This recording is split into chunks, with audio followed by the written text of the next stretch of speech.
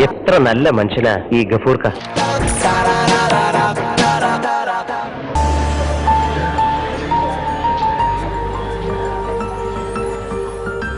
എന്നാലും നമ്മളെ ഗഫൂർക്ക ഇത് വല്ലാത്ത പണിയായി ചെയ്ത്. ഇനിയിപ്പോ സൂറാത്തയായിട്ടും വല്ല സൗന്ദര്യ പടക്കം ഉണ്ടായോ? ഏയ്, അങ്ങനാണ് മൂപ്പര് പോയി 3-1 വരലല്ലേ പതിവ്. അത് ശരിയാ. ഇതിപ്പോ സൂറാത്തേനെയും കുട്ടികളെ ഒന്നും കാണുന്നില്ലല്ലോ. ഇനിയിപ്പോ ശുക്കൂറിന്റെ പ്രശ്നം മൂപ്പര തലക്ക് പിടിച്ചിട്ട് നാട് വിട്ടതാണോ? അല്ല, എന്താ ഒരാൾക്കൂട്ടം? അല്ല, അപ്പൊ നിങ്ങളൊന്നും അറിഞ്ഞില്ലേ? നമ്മളെ ഗഫൂർക്ക നാട് വിട്ടുപോയി.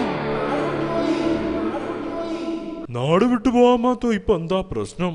അതാണ് നമ്മളെല്ലാരും കൂടെ ഇവിടെ ചർച്ച ചെയ്യുന്നത്. അല്ല, ഒരു കുടുംബം മൊത്തം നാട് വിട്ടു പോയ സ്ഥിതിക്ക് നമുക്ക് പോലീസിനെ അറിയിച്ചാലോ?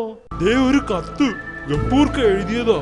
പ്രിയപ്പെട്ട കൂട്ടുകാരെ, ഇതൊരു ഒളിച്ചോട്ടമായി കാണേണ്ടതില്ല. ഗൾഫിലെ പ്രശ്നം കാരണം നാട്ടിൽ വല്ല കച്ചവടവും ചെയ്ത് ജീവിക്കാം എന്ന് കരുതി നാട്ടിലെത്തിയ ഒരു പാവം പ്രവാസിയായിരുന്നു ഞാൻ. നാട്ടിലെത്തിയപ്പോഴാണ് ഇവിടുത്തെ സ്ഥിതി വളരെ മോശമാണെന്ന് അറിയുന്നത്. രൂപയുടെ മൂല്യത്തകർച്ചയും വിലകയറ്റവും കാരണം ഇവിടുത്തെ സാധാരണക്കാർ ആത്മഹത്യയുടെ വക്കിലാണെന്ന് അറിഞ്ഞു. ബാക്കി ഞമ്മള് വായിക്കാം.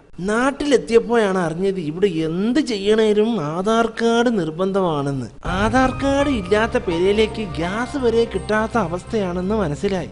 ആധാർ കാർഡ് ഇല്ലാത്ത ഒരു പാവം പ്രവാസിയുടെ വേദന ഇവിടെ ഒരുത്തനും മനസ്സിലാകുന്നില്ല.